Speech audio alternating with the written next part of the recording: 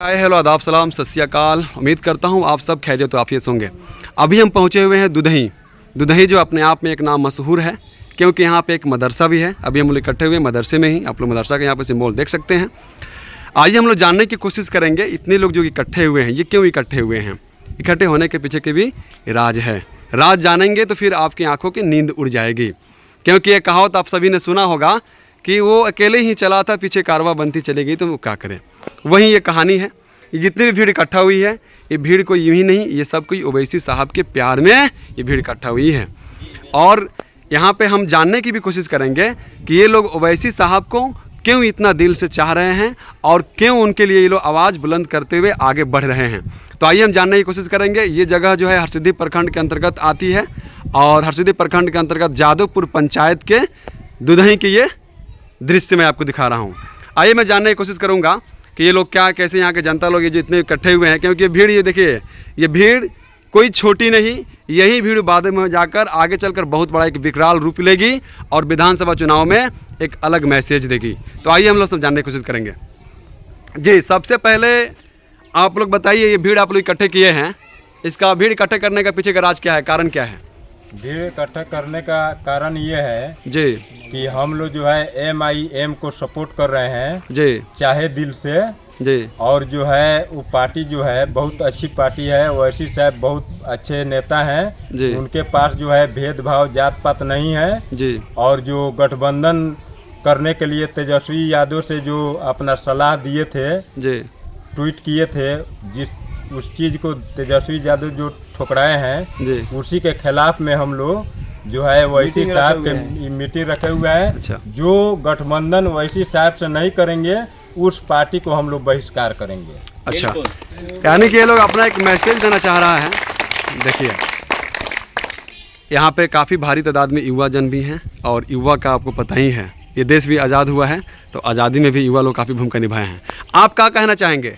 मेरा कहना है कि हम MIM पार्टी को विधानसभा तक पहुंचाना चाहते हैं, दिल्ली तक पहुंचाना चाहते हैं और हम लोग उसी को सपोर्ट करेंगे, वोट देंगे। जो हमारे MIM में पार्टी से गठबंधन करेंगे तो वोट देंगे, नहीं तो हम सिर्फ MIM को ही वोट करेंगे, अदरवाइज किसी को नहीं। अच्छा, आप लोग कुछ कहना चाहेंगे?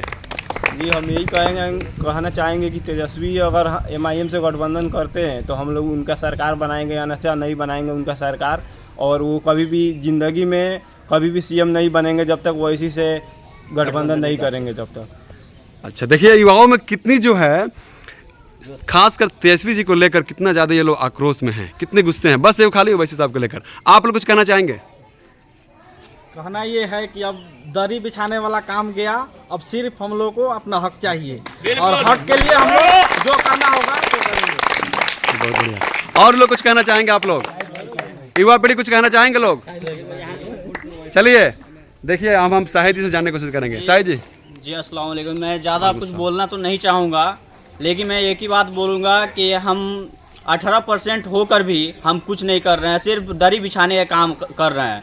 अभी तक जो भी RJD के प्रवक्ता रहे हैं हम लोग को मतलब इस्तेमाल ही कर रहे हैं हम लोग को। और इस बार हमारे ओवैसी साहब जो कि लेटर लिखे हुए थे, ट्वीट किए हुए थे, उसको हमारे माननीय तेजस्वी जी मतलब नकार कर बहुत बड़ी गलती कर रहे हैं, क्योंकि हमारे MIM party barrister Asaduddin Owaisi साहब एक पढ़े लिखे युवा हैं, युवाओं के समर्थन में रहते हैं और वो किसी जात पात के मामले में मतलब नहीं रहते हैं। हाँ, ये बात अलग है कि जहाँ मुस्लिम को दबाया जाता है वहाँ मुस्लिमों की आवाज़ बुलंद करते हैं और सारे भी मतलब कम्युनिटी जो भी धर्म है उनको भी, उनके लिए भी आवाज़ उठाते हैं, वो सबके लिए बराबर सोचते हैं। लेकिन हमारे बिहार में तेजस्वी सरकार जो भी RJD है, इसको मतलब कि अपने पार्टी में इसलिए शामिल नहीं कर रही है कि आने वाले समय में अगर बरिस्टर असदुद्दीन ओवैसी आते हैं तो उनके पार्टी में एक भी कैंडिडेट मतलब कि अनपढ़ नहीं है और ये रेपिस्ट वगैरह नहीं है, जो कि बीजेपी किसी भी रेपिस्ट को उठा लेती है नाम के तौर पे कि है नाम है तो वोट मिलेगा। ऐसा हमारे AIMIM में कोई भी कैंडिडेट नहीं है, इसलिए हम उसके समर्थन में हैं। AIMIM एकदम जो मतलब कि पढ़े लिखे युवा हैं, जो लॉ किए हुए हैं, ऐसे मतलब कैंडिडेट देखने को मिलता है। अक्सर कोई भी कैंडिडेट अनपढ़ नहीं है अब तक।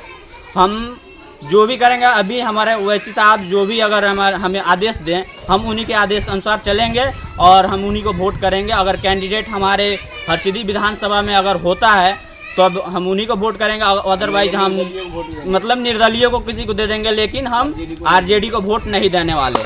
देखिए, अच्छा मैं आप सभी से एक बात हम जानने की कोशिश करेंगे, आप लोग बता पाएंगे, आप लोग यहाँ पे इकट्ठे हुए हैं, ओवैसी साहब जो है उनके बारे में बात आती है कि वो सिर्फ मुस्लिमों की बात करते हैं और सबसे ऐसा कुछ नहीं है, बस आप लोग सब अफवाह फैलाते हैं। जितने भी विरोधी है ओवैसी साहब को सब अफवाह फैलाते हैं। अच्छा। ओवैसी साहब एक देशभक्त नेता हैं। अभी देखिए, अभी जो कश्मीर में जो हुआ था, पुलवामा वाला हमला हुआ था, एक और जो अभी हमला हुआ था जो हमारे देश के नागरिकों को मारा था पाकिस्तानियों ने, तो ओवैसी साहब आवाज़ उठाए थे कि नहीं उठाए थे। अभी ढाका में जो आए थे तो ओवैसी साहब पाकिस्तान मुर्दाबाद के अच्छा सुनिए,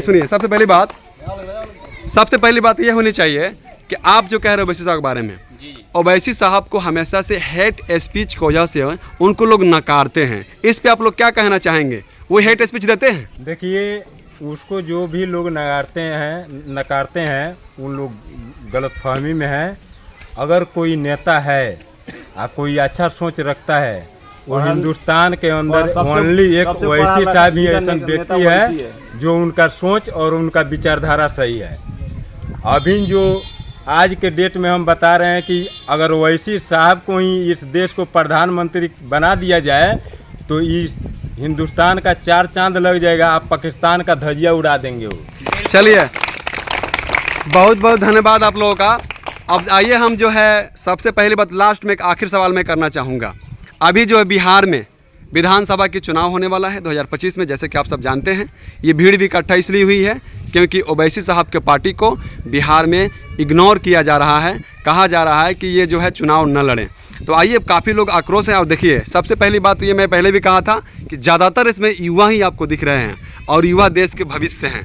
युवा जिधर जाएगा उधर ही उनका बेड़ा पार हो जाएगा।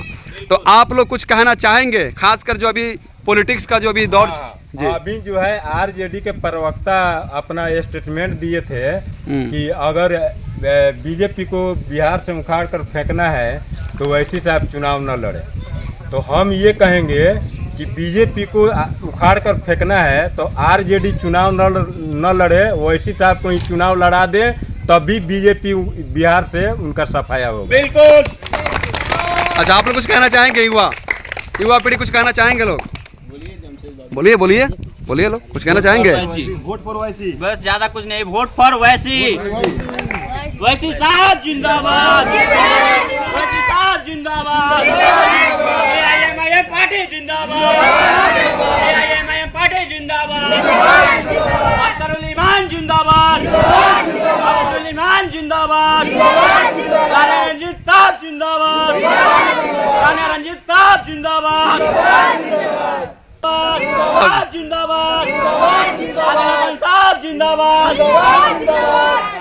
चलिए, बहुत बहुत धन्यवाद आप सभी का। देखिए, ये जो है भीड़ को आप सब देख पा रहे हैं। मैं अभी जैसे कि मैंने शुरू ही बता दिया कि जादवपुरी पंचायत है, जादवपुर पंचायत का दुधही गांव है और ये दुधही गांव जो है, दुधही गांव का एक मदरसा है।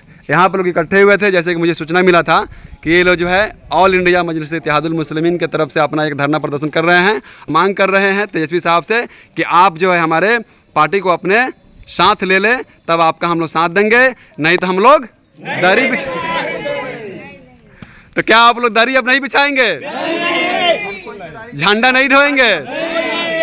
तो फिर कहाँ जाएंगे? एआईएमआईएम के साथ जाएंगे। तो अगर ओवैसी साहब आपके एरिया में नहीं तो क्या करेंगे आप लोग? आप लोग पास ऑप्शन कहाँ है?